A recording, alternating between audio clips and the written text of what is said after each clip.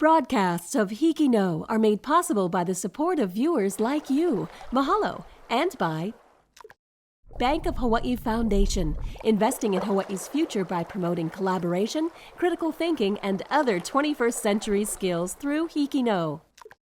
Kamehameha Schools, empowering Hawaiian keiki to explore, discover, and inspire. ABC Stores, a local company helping to transform education and develop Hawaii's workforce through bold learning initiatives like HIKI NŌ. HIKI NŌ, Hawaii's new wave of storytellers.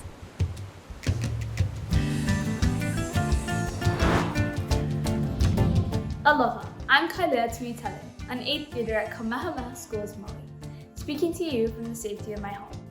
Welcome to another Student Reflections episode of HIKI NŌ. Over the next half hour, we will be presenting brand new productions from Hawaii's new wave of storytellers, as well as some choice selections from the HIKI NŌ archive. In between those stories, HIKI NŌ students from across the island chain will share their reflections on life in the time of COVID-19. Here's my reflection. In my family, we have 5 kids and 2 adults, so we try to entertain each other during quarantine. Some of the things that we do as a family is bake, play board games, and watch movies. But our all-time favorite thing to do is having our dad do magic for us. He's a magician, so he usually doesn't do magic tricks because he doesn't want us to figure them out. But since we've been in quarantine and really bored, he's been willing to do a couple tricks every once in a while. Another thing that we do as a family is sing. It's another way that we entertain each other. But overall, this quarantine has taught us to be more grateful for the things that we have and has brought us closer as a family. Here's a brand new story from students at Waimea Intermediate School in West Oʻahu. The students completed shooting just before COVID-19 hit the islands and finished editing the story at home during the state's shelter-in-place mandate. Oh, this is cool. Waimea Intermediate School's robotics coach, Franklin Donahue, has been coaching robotics since August 2018. He was asked to take over the robotics program when the previous teacher unexpectedly left the school. I felt really scared and nervous and trying to figure out everything on the fly. So it was a big adjustment trying to actually be a teacher in this standpoint. With no experience in robotics, Donahue was faced with the challenge of learning along with his students. When I took over, I just kind of went with it. I just kind of put myself in the kids' shoes to try and move forward on it, never stopping and trying to learn as much as I can. We also try to understand why teams went this route or why it's going this way and how can we make it better for ourselves. But in this journey, he wasn't alone. I may have started the program, but I didn't start it by myself. The kids actually are the ones who really push for it. Mostly the kids are the ones who helped me make this real the way it is now. Just with their suggestions on how to run the program. Because Donahue encouraged students to program, build, and problem solve on their own, the students have gained confidence in their abilities at their competitions. Perfect. I think I came really far because I came from a person not knowing how to build robots to a person that knows how to do it and how to operate it. This hands-on approach has helped Donahue students earn many small awards. After a strong showing this year, they found themselves with an invitation to compete in the VEX World Robotics Championships in Kentucky, the first team from Waimea Intermediate School to compete at Worlds. I mean, just in a 2-year time span, we've gone to Worlds just with a team that never touched robotics to begin with. I mean, to me, that's just amazing. I never thought that would actually happen. I'm glad it did. I'm just surprised that it got done so quickly. The team was set to travel to Kentucky in April. However, due to the COVID-19 pandemic, the Hawaii State Department of Education canceled their trip. The VEX World Robotics Championships was also canceled. When the principal called me, it was heartbreaking. I mean, the kids worked so hard to just get us there. And to also not be there to tell them that we're not going was even more heart-wrenching for me. Even though his team didn't get to compete in Kentucky, Donahue continues to build his program and has his sights on a bigger vision for Waimea Robotics. My first goal is to try and reboot the Waimea High School program. And then my second goal after that is to bring the program into the elementary schools. This isn't the end. This is really just the beginning for most of these kids. While he dreams of expanding robotics in Waimea, Donahue is thankful for the students who helped him get started. I've always told them that this program is what they make it, and they made it to where we are now. I look forward to every day coming to here, just knowing that I have something to come to with the kids. This is Denise Cabrera from Waimea Intermediate School for HIKI NŌ.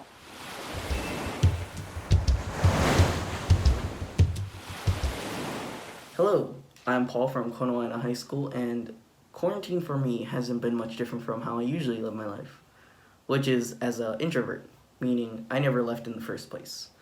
Although it did let me get to try things I wanted to try but couldn't at the time, like piano, singing, and making videos online. With the helpful addition, it let me do my usual hobbies like gaming, art, and cosplay. Other than that, it helped me improve on things like self-discipline due to me being home a lot more than I usually am. And with my auntie gone due to her being a nurse, I'm here to help her watch my little cousins. Our next story comes from the HIKI NŌ archive created by students from Chiefs Kamehameha Middle School on Kauaʻi. It focuses on a concept that has taken a special meaning in today's new normal: compassion.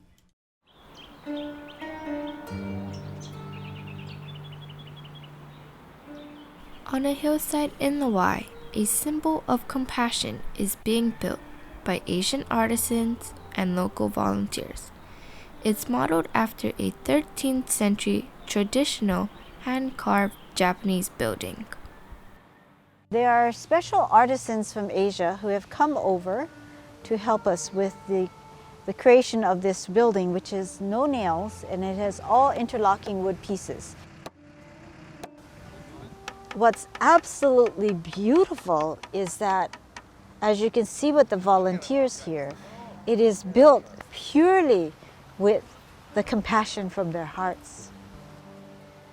Right now we have 85 volunteers helping to make this happen. It'll soon be over 100 in a very short time. So in the act of creating this Hall of Compassion, every hand that touches the wood is in pure kindness of the heart. At the start of construction, the project faced a huge, unexpected problem. The master artisan was supposed to come over with his apprentices and was not able to. And because of that, he has adopted local volunteers from Kauaʻi to be his apprentices to help with the creation of this building. Usually the wisdom and knowledge is passed on from one generation master to the next generation master, from the heart of the master to the heart of the apprentice. And because his apprentices are not with him, he is now passing it on to the volunteers. This project hasn't been easy, and the team has faced many challenges. It's lots of fun, but quite a challenge because it's a very different type of construction. None of the contractors here know how to do it, so we have to have help from Taiwan and Japan to tell us how the pieces fit together, which ones to put on first. Part of the group is Taiwanese and the other is Japanese. We neither speak Mandarin or Japanese, and they don't speak English. Much worse, they don't speak between themselves. So we always have to try to get interpreters to tell us what they want. And sometimes even the interpreter or the translator will translate it wrong. So it's quite a challenge to do this. After 23 years of planning, 7 months of work, and the efforts of over 100 volunteers, the Hall of Compassion is scheduled to be completed in June 2013. Was it worth all of this work? Well, you'll just have to come and see it for yourself. For HIKI NŌ, this is Melanie Matsunaga from Chiefs Kamehameha Middle School.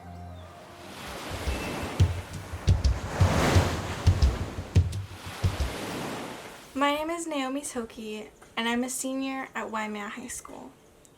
Just like everyone else in the class of 2020, my senior year took a turn for the unexpected, and instead of being in school, I'm at home. I should be sad, but I'm very optimistic about it, because I'm surrounded by people who love me and support me, and by people who give me hope. you shouldn't take what you have for granted, because you never know when something like this is going to happen and it's going to get taken away. Life at home is very repetitive, but it's okay because it's tolerable and it's not for long. Yeah, my senior year didn't turn out the way I expected it to, but I solely believe in my heart that everything will be okay, because life moves forward and there's more memories to be made. And no one else will have a story like mine to tell. Our next story is a personal narrative by Lauren, a student at H.P. Baldwin High School on Maui. I should warn you, it's a pretty intense depiction of life in the grips of severe depression. Truth. We often cover it with a mask to hide the worst parts of ourselves. For me, I can't keep living behind a mask. The truth is, I live with major depression and generalized anxiety disorder. Depression casts a filter on my mindset. I have a hard time picturing positive scenarios for myself. I don't really want a future. I am so afraid of growing up that I'd rather die instead and imagine ways that I could die. I keep thinking it's an easy way out to escape from my fear of winding up with some job I hate, living some life that I don't want. I feel like I'm just making my way through life doing whatever I've always done or am expected to do. Get good grades in school, do extracurriculars. I'm rushing through life, looking for the next thing. I live a life of rushed isolation, feeling as if everyone is in on something I'm not. Never truly connecting with any friends that I make. Is he really though? Because I feel like I don't think that he's feeling any connection with anyone. 'Cause he's like... This anxiety tells me that nobody really likes me, that something will always go wrong, and that I must always second guess. It's like being behind a glass wall, seeing others happy, but being unable to fully join them. Born from my anxiety was an eating disorder. Ed, as my mom and I call it, took over my life, filling my head with self-doubt and images of unrealistic perfection. Ed took away my strength to fight my other mental illnesses, and the depression and anxiety worsened. I'm doing better but still recovering. It's hard never feeling good enough. But I try to remember the reason to stay strong, because the people who care about me don't want me to die. I stay strong because I love them deeply. I love the little happy moments, those nuggets in life, as my boyfriend calls them, from when we got 22 chicken nuggets in our 20-piece, which I was able to eat after not eating all day. I stay strong by also remembering this quote I made. You can't take a leap of faith with one foot still on the ground. I know I need to take that leap of faith toward happiness, not just for myself, but for my family who loves me, especially my mom, who helps me through hard times. I want to love things in life more. I'm afraid that things won't work out for me, but I truly hope to discover who I am and want to be. In life, I hope to be happy more than anything. We have been told that Lauren is doing well in her therapy and other treatments for depression. If you are suffering from depression and are in need of help, call the Hawaii Access Line at 808-832-3100.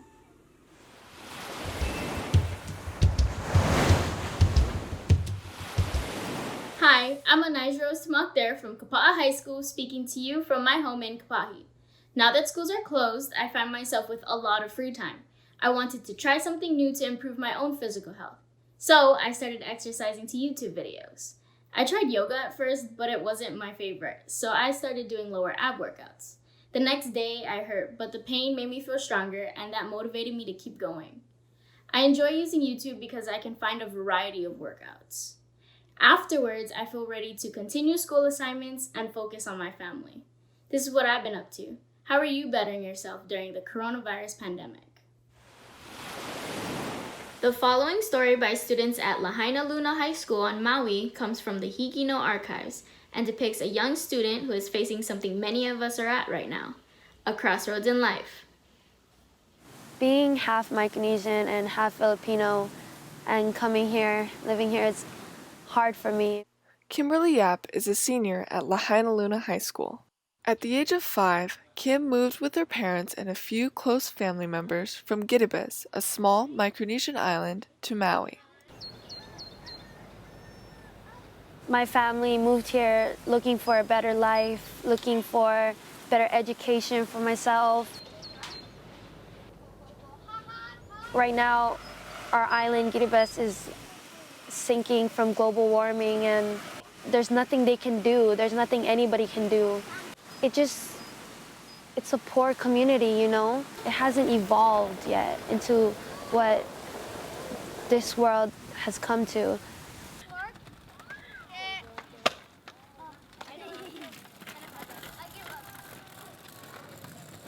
Me and my family are deciding whether I should go back to my island after graduation or save the money for college. We're just kind of in a stump right now because we don't know what we're gonna do.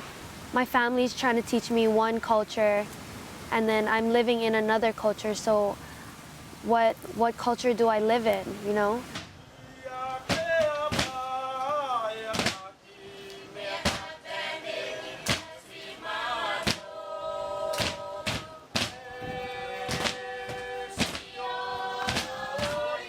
My family's very strict. Girls aren't allowed to cut their hair. They're not allowed to dye their hair. You're supposed to live conservative. Being a girl, in our tradition, you can't be out late, and you just have so much rules, you know. You have to be the one to take care of the siblings and cook all the meals. Girls were meant to be, you know, the housewives instead of the smart business maker. The main focus or the main cultural thing about Kiribati is just to respect your elders and to respect the ones around you, and I think that's really stuck onto me, and it's been like my life.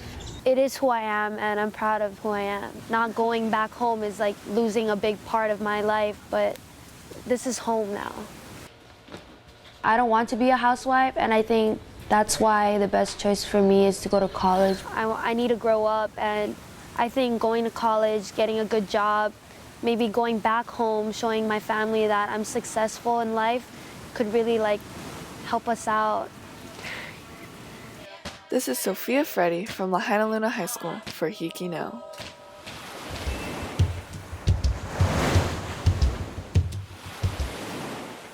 Hi, I'm Jimmy Liu from Hawaiʻi Preparatory Academy, speaking to you from my home. I came back home in Shanghai, China, since our school closed earlier in March, and I feel lucky that the situation here is a lot better. Businesses are opening back up, and people are going back out. And I think this is a hopeful sign for other countries and regions that things are going to get better in the near future, as long as we stay home for now and stay healthy. Next up is a how-to video from the HIKI NŌ archives by students at Waimea Middle School on Kauaʻi. It deals with something many are trying now, returning to ancient traditions to acquire basic food staples.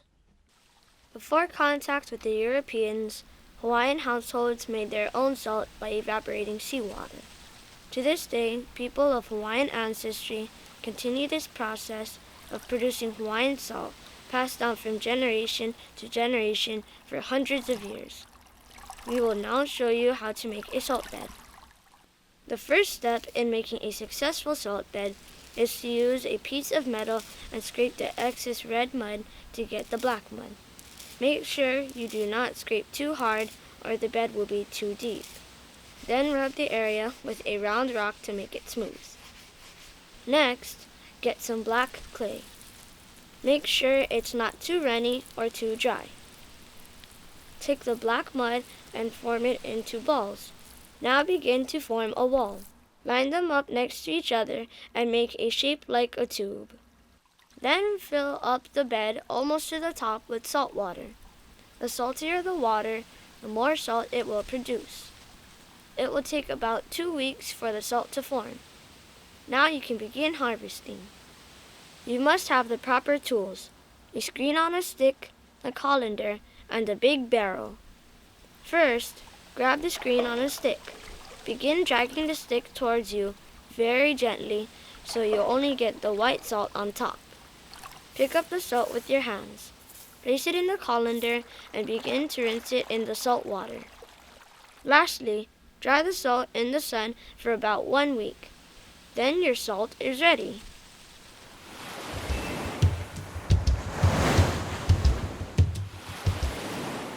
Hi, my name is Isabella Rodriguez from Ewa Makai Middle School, coming to you from my home during the coronavirus pandemic.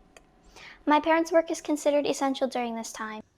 This experience has taught me how to be responsible. For example, I clean the floors, I wipe down counters, I cook my own food, basic chores and responsibilities. While most kids have their parents home to take care of them and spend time with them, I don't get to enjoy that kind of time with my parents during this time. It does make me feel a little lonely sometimes, but I try not to let it bother me, mostly because I know my parents are working very hard to keep everybody safe. And in the end, this whole experience has made me appreciate my parents just a little more. Our final story was created by students at Moanalua High School just before the time of COVID-19 and won the Student Television Network Excellence Award for Best Film Documentary. He ali'i ka ʻaina, he kawa ke kanaka. The land is chief, people are its servants. For that reason, we must ask for permission from the gods before taking.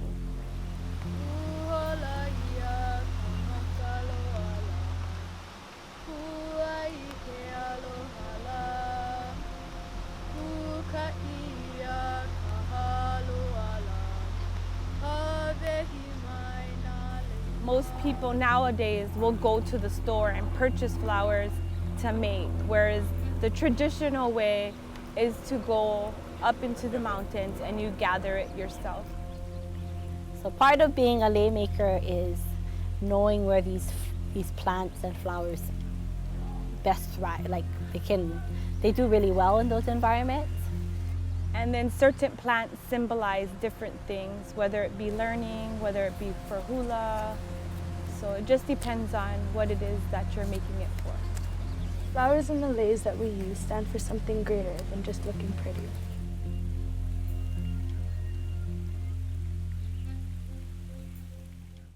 Those flowers all have significance in certain what we call akua, or gods, or elements in our culture. So they're related to that because we look at the elements as being, we call them akua, or gods, but really that's like the cycle of our world. Leis to the Hawaiian culture, back in the day, they would use them to adorn the different ali'i and certain flowers. They were represented by those certain ali'i or goddesses because of the significance of them. But when it goes into hula, they would dance certain songs to honor those people. They would use those certain flowers.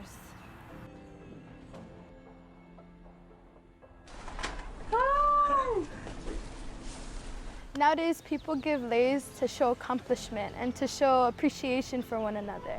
They also give leis to show each other that they love them. There's many different reasons that people give leis over time. It comes down to the question of why you want to give them a lei. What's your intention? But for me, I think I want to take it to another step where it's like, I took time to do this, and if I took time, then that shows this person that how much I appreciate them. When you give someone else a lei, or when you're making it in general, you need to have good thoughts, or good mana'o, just good mana in general, because whatever you put into the lei is what the other person will be receiving. So it's about that whole process, like how you feel. You check how you feel. Are you ready to make this lei? Is it going to be your absolute best lei?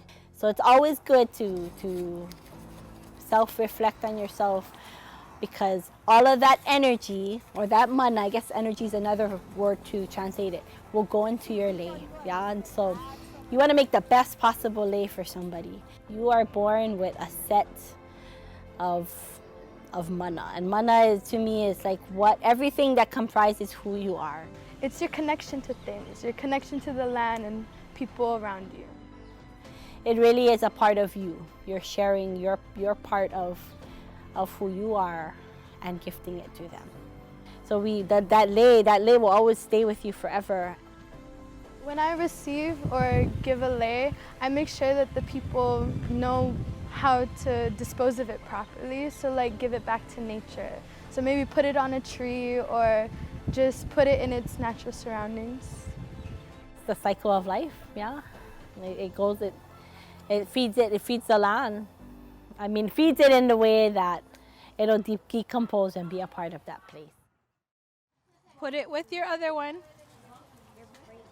Maybe those three you can twist if you want. Put it with the shorter piece. There's a lot of lei makers nowadays than there were before, like passing it on to keiki that are gonna be future lei makers or share that awareness as well. That I think it would be I think it's gonna be a successful thing in the future. There's a relationship between the land and I. As long as I keep taking care of it and keep giving back, it gives back to me too. This is something I learned from my godfather, my kumu. I know that one day it will be my responsibility to teach future generations.